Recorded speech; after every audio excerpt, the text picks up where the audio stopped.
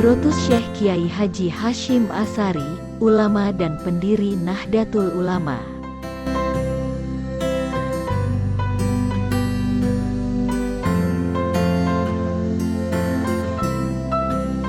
Wahai ulama, kalau kamu melihat orang berbuat sesuatu amalan berdasarkan kaul imam-imam yang boleh ditaklidi, meskipun kaul itu marjuh atau tak kuat alasannya, jika tidak setuju janganlah kamu cerca mereka, tapi beri petunjuklah dengan halus. Dan jika mereka tidak sudi mengikuti kamu, janganlah dimusuhi. Kalau kamu berniat demikian, samalah kamu dengan orang-orang yang membangun istana, tapi menghancurkan sebuah kota. Seruan inklusif Kiai Haji Hashim Asy'ari inilah yang memberi warna baru pada interaksi sesama muslim. Sejak pernyataan itu dilontarkan oleh Kiai Hashim, ketegangan seputar fikih antara kelompok modern dan tradisional untuk pertama kali dapat diredam. Isu modernisasi versus tradisionalis dalam kehidupan beragama Islam memang sudah bergulir sejak dulu. Dalam tradisi beragama umat Islam, selain Muhammadiyah, pemberi warna Islam Indonesia adalah Nahdlatul Ulama secara tidak tertulis. Nahdlatul Ulama sudah identik dengan kaum tradisionalis, sedang Muhammadiyah cenderung lebih mampu mewakili komunitas modernis.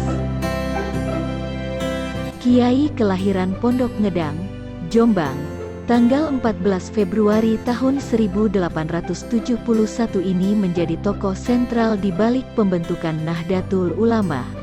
Sikap non-kooperasi terhadap penjajah sudah terlihat saat ia memprotes kebijakan pemerintah kolonial untuk menarik wewenang pengadilan agama serta memberlakukan hukum adat di Jawa, Madura, dan Kalimantan Selatan pada tahun 1931.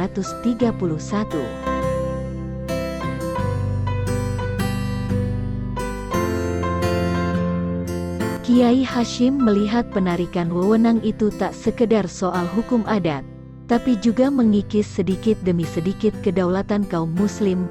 Syariat yang merupakan nafas kehidupan muslim banyak dituangkan lewat pengadilan agama. Bagi Kiai Hashim, perlawanan terhadap penjajah Belanda akan lebih efektif kalau umat Islam bersatu. Apalagi sejak tahun 1920-an pengaruh para pemimpin organisasi Islam menjadi tidak terlalu dominan.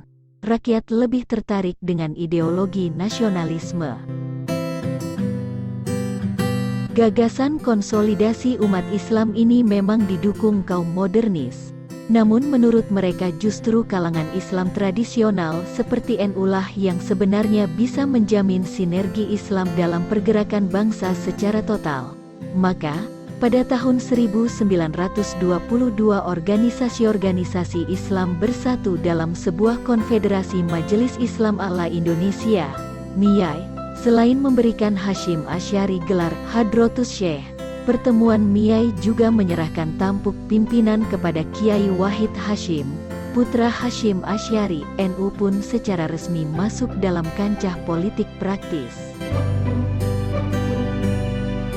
Prinsip keras Kiai Hashim kembali ditunjukkannya pada masa pendudukan Jepang.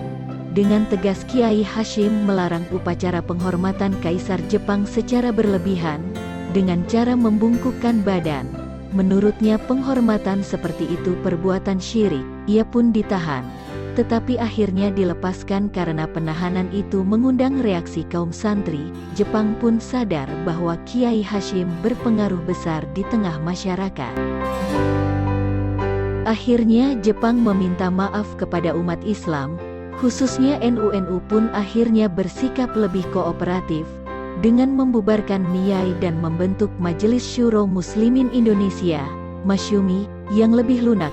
NU juga mengizinkan pembentukan Hizbullah dan Sabilillah, Laskar Pertahanan Rakyat sendiri. Bahkan pada tahun 1944, Jepang mengangkat Hashim menjadi Ketua Sumubu atau Kantor Urusan Agama Islam bentukan Jepang. Meski sudah berjanji akan membantu kepentingan Jepang, Kiai Hashim menghimbau agar waspada terhadap politik Jepang. Kedua bangsa itu bangsa kafir. Umat Islam dilarang mempercayai umat kafir.